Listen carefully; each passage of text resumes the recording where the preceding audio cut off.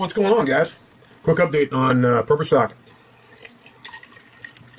We're slaying it. This is going to be a killer year. So far, we've got, 19 or 20 campsites already reserved. And I know for a fact that several of those are people going in it together. So there's going to be like SoCal Prepper and I think it's Pop Prepper are sharing a site.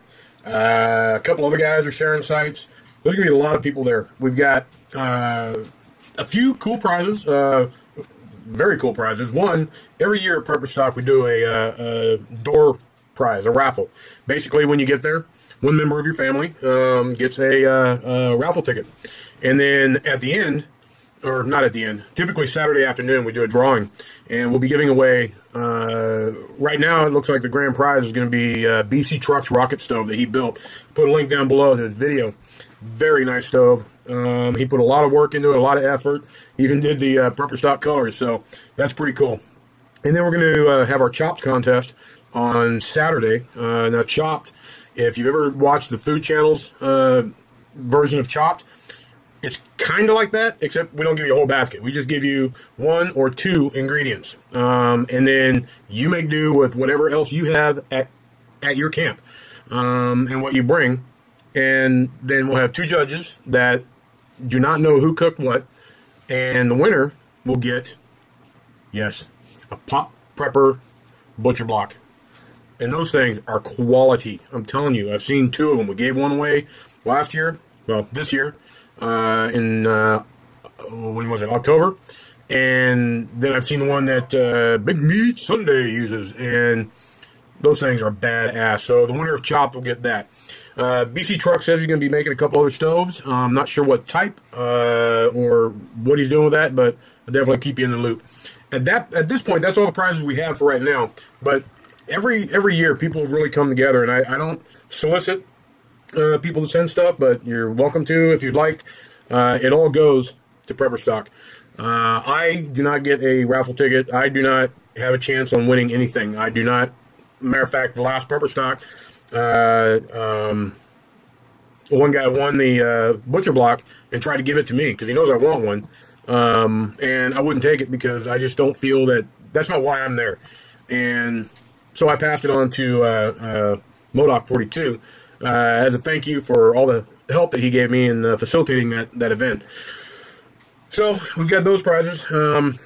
Little update on the RV. If you're following my my blog at lowbuckprepper.com, and there's a button there that says Prepper Stock, and then I do random updates on my building up to and what's going into this trip. And right now it's motorhome issues. I decided to start driving the motorhome as my daily driver back and forth to work, so I can find any bugs that may be in it before we take on this 3,500 mile trip. I definitely don't want to be stranded, as this is already going to be quite pricey at 10 miles per gallon. 3,500 miles, you get my drift. Anyways, we have run into some issues, but we're working on them. There's something in the charging system that's bad.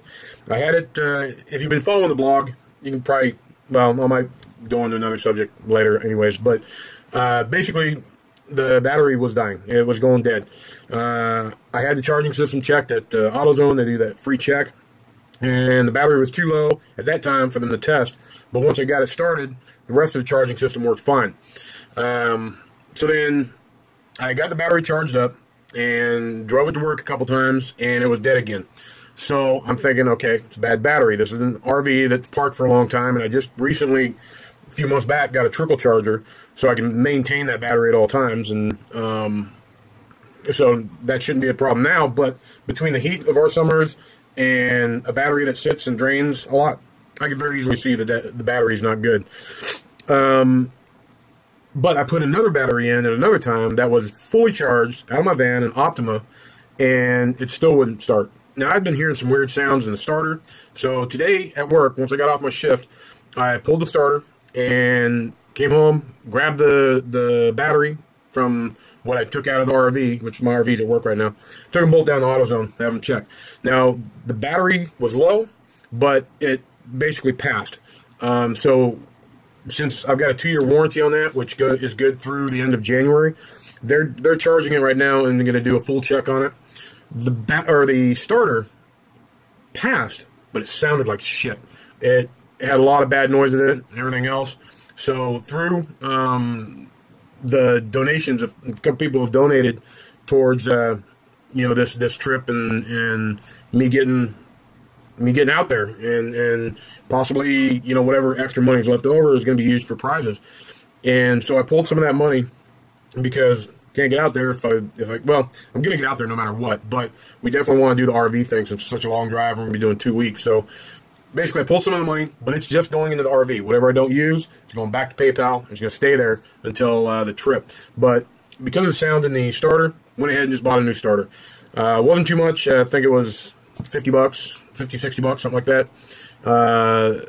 Hopefully they say the battery's bad, because then I get a free brand new battery. But if it's not bad, I think there's another issue in the charging system. Now, this is becoming a very long video, but maybe some of you guys can help me with it. I noticed after he had checked it and it passed, that was during the day. And a few days later, driving to work, it was nighttime, well, early morning, and I had the headlights on. I was watching the altimeter, and it started discharging, then it jumped way up, and then it dropped back down. Then once in a while, it would just keep jumping back up and then dropping back down.